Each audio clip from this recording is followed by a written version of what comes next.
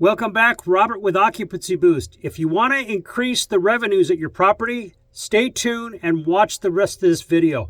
I'm going to go through the top 3 things that I look at every month in the Booking.com Extranet that gives me insight on how to increase my revenues. I'm going to switch screens and show you how to get this done and a lot more.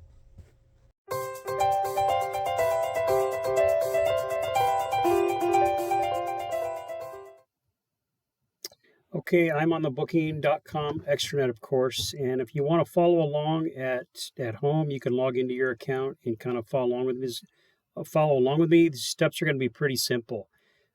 Don't pay attention to this stuff down here. What I'm showing you for an example is a property that's been closed. This property actually closed about 6-7 months ago from the time of this video. So it's a good property to use for an example. It's not going to make a difference in the outcome of what I'm showing you, but the reason I'm using this is because it's a closed property. I didn't want to divulge any information on a property that's currently active. So any of these stuff that you're seeing here in the red, just kind of ignore throughout the video. But the first page you're going to want to go to out of the 3 is going to be your statistics. So if I go to this analytics box right here and I click on it and I go to sales statistics, that's what you're going to want to look at. And we will scroll down here, and since this property closed about 6 or 7 months ago, let's look at the data going back. I mean, you can pick right up here in this box, you can kind of pick whatever dates you want to view how your hotel's doing in revenue, and you'll see in a little bit what this compares you to. So I'm going to go backwards here so we can kind of go back in the past and look at some past data for this property and so we'll have some real live examples of how this actually looks if you were going to check your property at the end of the month. So now I just picked January 1st to the 27th. Obviously, if you're doing this month by month, you can pick a month, whatever you want to do. And this comparison you can compare your property's production with last year, your competitors, your peer group, or your market. And I just did a video on this peer group. And instead of me explaining this on this video, go back and take a look at it. I'm showing you on the screen right now. I did this not too long ago. This would be a good way for you to kind of learn a little bit more about this area. And I think this peer group is an important thing to look at. For today's video, let's just look at competitive set. We had a comp set loaded for this property. So we're going to look at the comp set. And as you can see, let me see here. There we go. We've got January, February, and March, and April. This property closed in May 2025. So we don't have any data after that, but we've got this data here. So you guys can kind of see what this looks like here, this bar graph represents. So this kind of tells you how the property's doing on a bar graph representation. I like to scroll down here to the sales performance, and I like to look at it. Let's kind of go backwards here to January. I'm going to arrow over to January. I like to look at it and see how the property's doing, for the past couple months. So you can see it kind of gives you a really, really nice comparison to your competitive set. So for example, in January, this property did 32 room nights on Booking.com. Their competitors, which this is an average of all their competitors outside this property. It's the hotels that they chose to be a competitor with. They did 145 room nights. So it's almost an 80% difference. And our rank out of the 11 hotels that they compete with is 9th. Total revenue was a little over $1,300. Our competitors almost did as an average $7,000. So that means each one of these competitors averaged about $7,000 for the month of January. And the rank on their revenue compared out of the 11 was 10th, and then it gives you an ADR breakdown as well. I like to look at this to see how the hotel is performing month after month. Now, if I was, for example, on April, if I'd gone to April here and we just finished April 2025 and I was looking and I saw up here that we did 47 room nights, the competitors were at 82 and we had a 42%, it was a 42% difference and our rank was 8. And I look back at March and saw that it was a 73% difference and we only did 24 room nights. You can see here that we had improvement in April. So I kind of look for, I look for patterns here of improvement. And if the hotel's not performing, Obviously, you want to do some things to make sure you're performing, better. And I've done a lot of videos on how to get your performance up for your hotel. In fact, I'm showing you one right here. I don't mean to show you too many of the old videos, but these are lengthy. This is a lengthy process, and I think if you want to fix this stuff, you want to go back and watch my videos on specifically how to address these issues. This video here is just to show you where to go every month. So this video on the page I'm showing, this is a video I did. This kind of gives you some insight on what promotions and how to choose which promotions to run. And then also this video that I've got on the screen, this is one I showed, I did a while back on mobile promotions. It actually had a lot of views, and the mobile promotion is probably the most powerful promotion you can run. So if you're having some struggles here in your statistics compared to your competitors, you definitely want to take a look at these two videos and see how to address these issues. And there are links in the descriptions for both of these videos. Now, going back up to the top here, you can also compare yourself. As I mentioned, I did a video on your peer group, okay? So your peer group is basically just a conglomerate of what Booking.com chooses as your competing hotels. And it shows you your peer group difference here. Kind of looks pretty much the same, but you definitely want to take a look at it. So it's going to give you about 26, for this hotel, where this property was at, it gave them about 26 different hotels to take a look at, to compare themselves against. So it gives you a little bit different perspective than you get with your competitive set, okay? So this is definitely an area you want. This is probably the first thing you need to look at when you're viewing, what your production was and how your hotel's doing at the end of the month. You want to look at this at least the end of the month, probably the first week, and then look at the month that you just the month that just ended, and kind of see how you did for the month. You definitely want to check this on a monthly basis. The next area you want to go to after this, we're going to scroll back up to the top, is you want to go to rank, your ranking dashboard. So I'm back in an analytics tab, and I'm going to the ranking dashboard here, second from the bottom.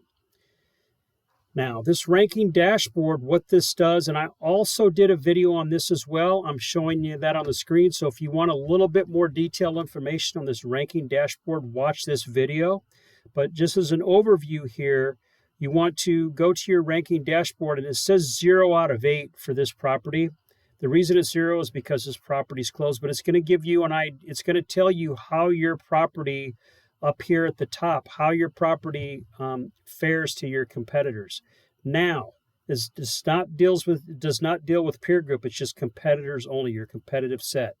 Now, one thing you have to keep in mind here, this is different than what I just showed you on the statistics tab. The statistics tab showed you how your property performed with room nights and revenue compared to your competitors. So it showed you, where you fell compared to your competitors on those areas.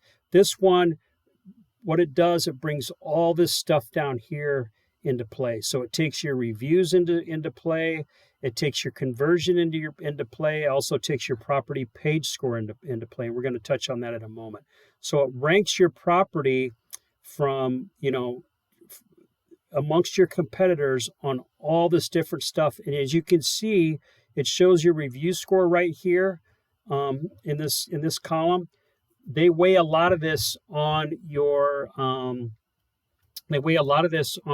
reviews, on how your reviews doing. You can see this property did not have good reviews. 2.2 is not good. The area average was 7.8.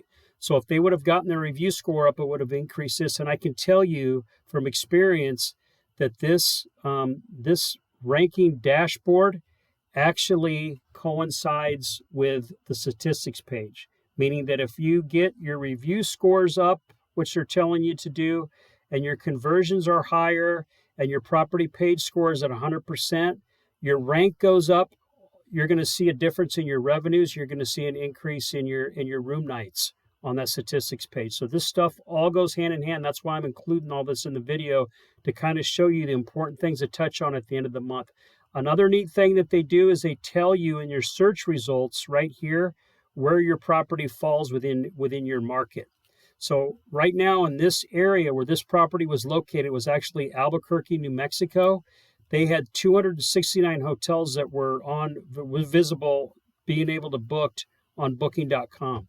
This property's search result score was 268. That means that when somebody's on a laptop, a mobile phone or a desktop device looking at properties, if they do a generic search for Albuquerque, for properties in Albuquerque, this property is not going to show up until the 268th spot out of 269. So you want to pay attention to this too. Watch my videos and doing some of the things I say in those videos, you're going to see that your search results score should go up and your rank should go up, and then in turn your statistics are going to go up. So this is all stuff ties into each other. So make note of this at the end of each month and see if you can improve your search results. This is a big thing, being visible. This is all your visibility. Being visible is a really big thing. Now, the last thing I want to show you guys, the third thing, is going to be this property page score. I had the property page score for this property at 100% before it closed, and it kind of stayed there because the property's been closed. But when you get to this point, if you're not at 100%, you want to click on this right here, okay? We're going to go back up to the top of the page. Now, another area you can go to find this page is going to be under property, and then property page score right up here at the top. So you can access this tab right here as well. So going down here, this property page score was at 100%, so there's really not much I can show you here for as far as variances go. But one thing I can tell you, if your property is not at 100% and you're at like 80 or 90, it's going to show you in the left-hand column what is wrong with your property, okay? I also did a video a while back on property page scores in the importance. So in that video, I dive way deep into this area right here and show you a couple of examples of a property that I was working with and how to fix it. So you're going to see a little bit different view on this, and it's not going to be at 100%. So definitely, I'm showing that video on the screen right now. There's also a link in the description. You definitely want to watch that video too if your property page score is not 100%. I give some really good tips in there. But yeah, on the left-hand side here, they just kind of tell you what you need to do in order to get your page score to 100%. It's going to make a big difference in where your property, falls in the search results. It's going to get that. It's going to get your rank moved up, and it's going to get you've moved up in the search results, which you just went over a little bit ago.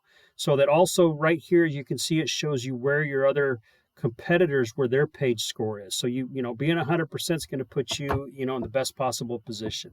Okay. So to review, you want to look at your statistics page, and going back up here in the analytics, you want to go to your sales statistics. That's the first place you want to go to. And then you want to go to your ranking dashboard. And then you can access from there. You can access this page score and make sure your page score is at 100%. Okay, that is all I have for today, guys. I appreciate you watching this video. If you lasted this long, again, links are in the descriptions for all the videos that I referenced. I hope you guys have a great rest of your day. If you have any questions on this video, please feel free to ask and share this video. Like and subscribe to my channel. I have a lot more videos I'm going to be doing in the future to help you guys boost your occupancy. Thanks a lot.